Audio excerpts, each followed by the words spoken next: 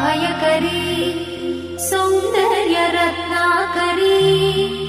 निर्धूता किल पापनाशनकरी प्रत्यक्ष माहेश्वरी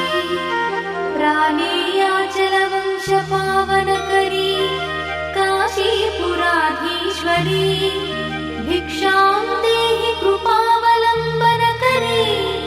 मातान्नपूर्णेश्वरी माता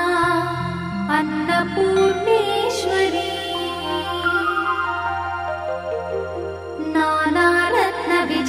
नानारत्नविचित्रभूषणकरी